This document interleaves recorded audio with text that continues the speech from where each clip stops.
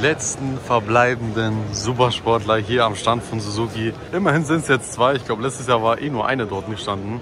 Ja, jetzt haben wir hier auf jeden Fall mal die EWC-Maschine. Und da bin ich überfragt, war das vielleicht Suzuka? Obwohl, ich weiß es nicht, auch mit Licht und sowas. Deswegen, ich kann jetzt euch gar nicht sagen, ja, wo die gefahren ist, beziehungsweise in welcher Rennserie die unterwegs war. Auf jeden Fall aber auch cool hier, diese Winglets. Trotz dessen, dass es nun ja schon ein bisschen älteres Motorrad ist, ja, immer noch wunderschön hier die Suzuki. Schade, dass sie nicht mehr bauen, aber schaut euch auch mal hier diesen Ausgleichsbehälter an. Auch sehr crazy. Ich weiß gar nicht, ob die alle so groß sind bei den EWC-Bikes. Ja, sieht auf jeden Fall fancy aus. Hier unten auch der Auspuff. Ist sehr interessant. Und auch hier die ganzen Schrauben alle in lila. Sieht sehr cool aus. Ja, schade, dass es aktuell keine Supersportler mehr gibt von Suzuki. Außer die Hayabusa, aber die steht irgendwo da vorne. Und die sieht wirklich, boah, ich weiß nicht. Also könnt ihr mal in die Kommentare schreiben, ob ihr Hayabusa-Fan seid. Jetzt sind wir mal kurz bei HOC. Hier sind die ganzen Helme von MotoGP-Fahrern und Red Bull Rookies Cup. Und hier vorne so von den bisschen prominenteren, sage ich jetzt mal. Also hier einmal Fabio Quartararo, der Helm. Hier von Brad Binder. Und der Helm sieht auch wirklich toll aus von hinten. Dieses Orange. Das ist richtig geil, also kommt dann echt richtig schön rüber. Dann haben wir hier noch von José Rueda, glaube ich, spricht man den aus, den Helm.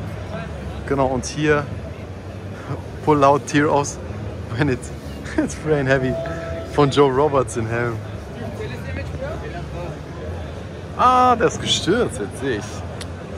Ah ja, müssen wir mal schauen, weil ich glaube, die haben natürlich auch neue Designs. Ob wir die nochmal ganz kurz hier irgendwo finden. Ich glaube, die standen letztes Jahr auch schon hier, die von Badbinder. Den einzigen RFA, den ich jetzt hier finde, ist tatsächlich der von Fabio Quartararo, diese Le Mans Edition. Ja, da habt ihr die hier nochmal gesehen. Sonst ist hier leider kein anderer an diesem Stand zu finden. Arai hat hier bei dem RX-7 auch ein paar neue Helme im Programm. Sorry, dass es hier so flackert, aber das liegt nicht an mir, sondern liegt wieder hier an dem Licht. Genau. Der hier, den finde ich zum Beispiel gar nicht mal so schlecht. Der ist eigentlich ganz cool, so ein bisschen im Japan-Stil. Und was ich auch mitbekommen habe, dass viele natürlich den von Maverick Vinales richtig cool finden. Der hier so eine Matt ist. Da vorne sind auch ein paar Racing-Helme. Da steht übrigens gerade Michael Vandermark. Auch sehr cool. Schauen wir mal ganz kurz. Genau, hier sind auch noch ein paar Replikas. Hier von Michael Vandermark, von Johnny Ray, Maverick Vinales. Ja, sehr geil. So, hier flackert es natürlich wieder. Die Lichter sind leider so, wie sie sind. Hier drüben jetzt nicht. Da können wir jetzt mal sehen von Aaron Canet die Moto2-Maschine hier beim Fentec-Stand. Fentec hat ja auch so eine, ich weiß nicht, 500er Supersportler irgendwie in der Art. Deswegen, ja, Imola 500 heißt sie hier. Schaut auf jeden Fall, wie ich finde, nicht schlecht aus. Wir sind gerade bei Talos Performance. Die waren schon mal vor längerer Zeit mal bei uns im Store. Und die haben jetzt hier einen neuen Caliper entwickelt. Das ist jetzt 100 für 108 mm. Sollte ein bisschen günstiger sein als der Brembo dann. Und schaut euch den mal an, der sieht richtig, richtig nice aus. Also haben schöne Frässprung gemacht. Den gibt es aktuell noch nicht zu kaufen. Das ist jetzt noch ein Prototype. Ja, vielleicht kriegen wir demnächst mal einen zum Probieren. Dann können wir auf jeden Fall irgendwie mal so ein Test-Review oder sowas machen. Optisch muss ich sagen, sieht auf jeden Fall schon mal sehr, sehr cool aus. Ich kann hier jetzt mal hier, das ist gerade eine SC77, kann ich mal so hinhalten, damit ihr mal seht.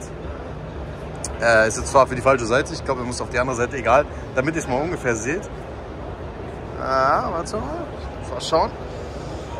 Ich halte ihn mal so kurz hin. Ja, ich denke, der macht optisch auf jeden Fall gut was her. Muss man natürlich schauen, ob die Funktion genauso gut ist wie die Optik dann. Ja, aber wie gesagt, vielleicht kriegen wir mal einen, dann können wir den auf jeden Fall mal für euch testen. Also hier ist nochmal gerade der Bremssattel vorn gerade eben. Hier ist nochmal ein anderer. Das ist 3638, das ist 3438. Der hat hier nochmal so Kühlrippen, ne? Sieht natürlich auch sehr cool aus. Die haben auch noch Bremspumpen, wie zum Beispiel die hier. Sieht aber auch sehr, sehr cool aus. Auch sehr nice gefräst hier. Bei AFAM Stand haben wir jetzt hier vom Honda Holzhauer, von Florian Alt, die Honda SC82. Sieht eigentlich auch ganz cool aus. Das ist sogar das Championship-Motorrad, wo er letztes Jahr ja, die EDM damit gewonnen hat. Beim Muck-Off-Stand haben wir hier von Scott Redding die BMW M1000R. Sieht eigentlich auch ganz cool aus in dem Pink. Aber die werden die einen oder anderen bestimmt von euch schon kennen, beziehungsweise bestimmt schon mal gesehen haben. Wir sind jetzt gerade beim AGV-Stand und hier steht einfach der originale Helm von Niki Lauda. Damals, wo er beim Nürburgring diesen Crash hatte. Ich denke, jeder von euch weiß, wovon ich gerade rede. Ich habe den Helm noch nie so gesehen.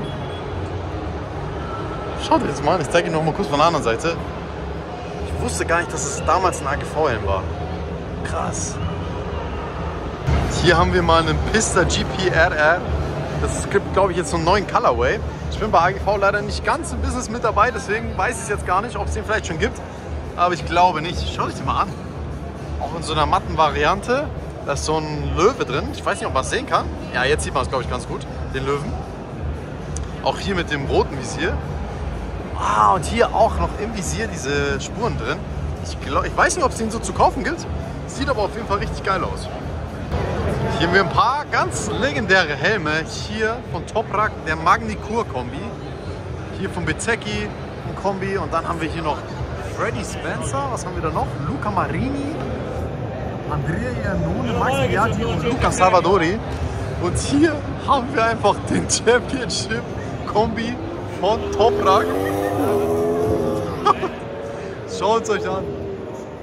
Wie cool. Der goldene Anzug hier von Toprak, mit dem er Weltmeister geworden ist. Und sein Ähnlichkeit. So cool. Angekommen bei BMW. Hier haben wir mal den M4 von Valentino Rossi. Daneben steht die Weltmeistermaschine von Toprak Rascatullio. Ja, sehr, sehr schön. Und jetzt hat ja BMW die neue M und die neue S vorgestellt. Also im Prinzip, ja, das Facelift. Gerade die Verkleidung hat sich da nochmal gut geändert. Sehen wir erstmal hier das Heck von der M. Das scheint mir eigentlich relativ gleich geblieben zu sein. Aber jetzt schaut euch mal diese Winglets an. Was ist hier passiert? Boah, das ist schon brutal.